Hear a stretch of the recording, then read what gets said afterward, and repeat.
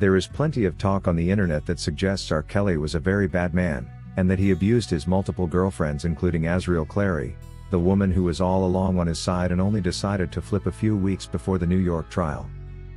While the government would like us to assume that she woke up one day and changed her mind like she says in her final interview with Gayle King, we now have credible information that suggests she only decided to turn against R. Kelly after her father had engaged her in a serious robbery that saw her take R. Kelly's bag full of money from the Trump Towers apartment. While Azriel's story is quite an intriguing one to listen to, the particular highlight we are bringing you today is the fact that the R. Kelly her parents have been bad-mouthing lately came into Azriel's life largely as therapy, considering this woman had been in a crazy relationship with a crazy boyfriend who allegedly abused her multiple times, and therefore walked into R. Kelly's life for a change. When these mature women are being described as juniors that R. Kelly allegedly slept with, one may imagine we are talking virgins here. Well, hell no. We are not talking virgins here. These women had been so experienced with men before and so very heartbroken at the same time, and according to the Clary parents, their saint of a daughter had for a couple of months been contemplating suicide before she met R. Kelly, who quickly became her therapy.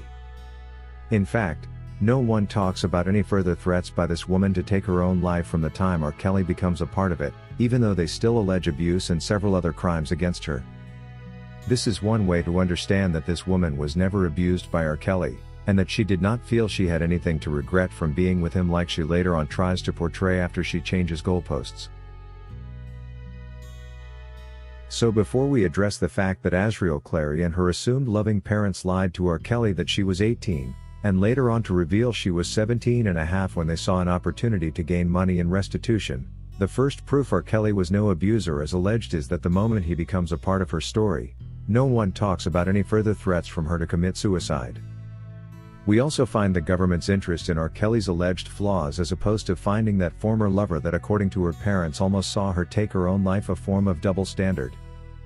It only shows that this was all about R. Kelly and not protecting the women they used as pawns. They wanted to lock him up and only used protecting the women as an excuse for this.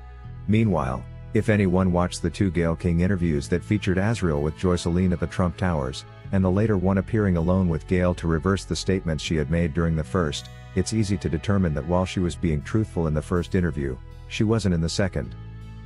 She was already corrupted after all and only took the interview to clean up and explain to her fans that why she decided to flip on R. Kelly. In fact, if Azriel didn't have any music ambitions, she was never going to need to take the second interview. She would have just advised whoever is not okay with her flipping to go to hell.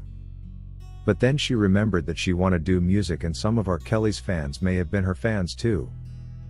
And so she lied to them, brandishing her compassion and love when she said, "I am compassionate, I am loving," like it was going to be the first time we hear these sweet charming words.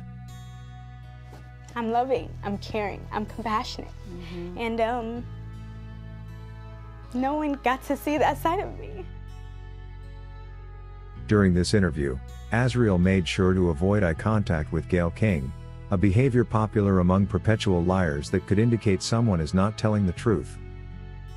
While our role is not to judge who is telling the truth and who is not being truthful, psychology tells us young women and men between the age of 18 and 25 will most likely tell the truth on their first encounter with whoever is asking for it, and whenever they return with what they call the real truth, that's when they be lying. Our analysis here is therefore not absolutely leak-proof but basing on research done by the experts. 90% of the time this is what happens. It's also important to note that there was completely no hindrance in Azriel's way if she had wanted to tell her truth early enough, considering these young women had free entry and likewise free exit from the Trump Towers.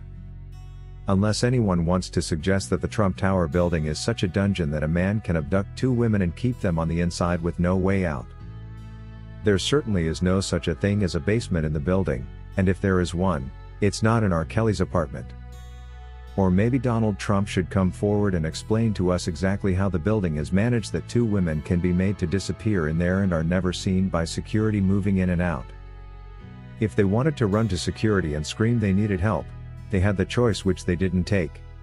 So why behave at the second Gayle King interview like she was getting her first opportunity to talk in years?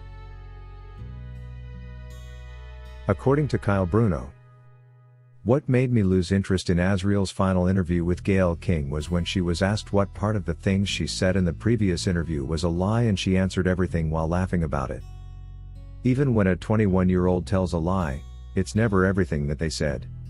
What were you not honest about? Everything. Everything? Everything. Yes. You know. They always tend to mix truth with lies to strike a balance and keep their sanity, not feeling so guilty about what they just did. So whatever she was saying now is what was most likely to be untrue. And here is the explanation as to why she said everything. She certainly couldn't remember everything she had said, considering it was 2 years back, but what she remembered so well was the reason she was taking this second and final interview with Gayle, and this was to reverse whatever she had said in the previous one, such that her parents could be exonerated. Remember, she had ditched them a great deal when she said they were asking for money or else they expose R. Kelly's pictures with Azriel everywhere. When I first met Robert, my parents told me to lie about my age.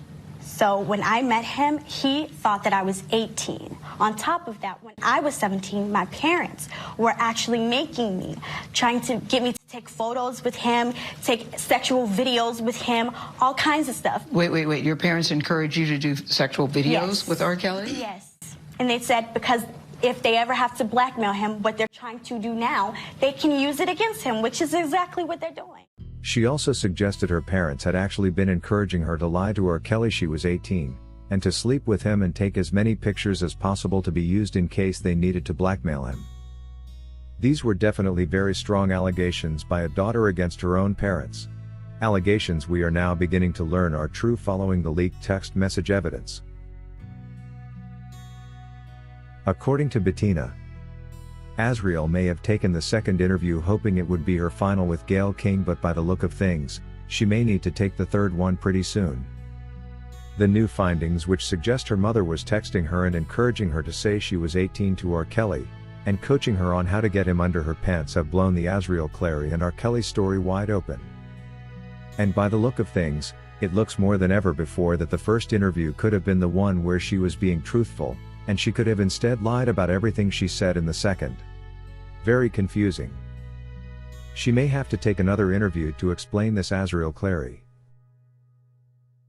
Thank you for watching today's video, a production of LFN Media, giving you another perspective of issues at hand. We make it our business to keep you updated with the truth amidst the cloud of lies the media wants you to believe. It is therefore important to subscribe to this channel, hit the bell icon and allow all notifications so that you don't miss out whenever we publish a new video.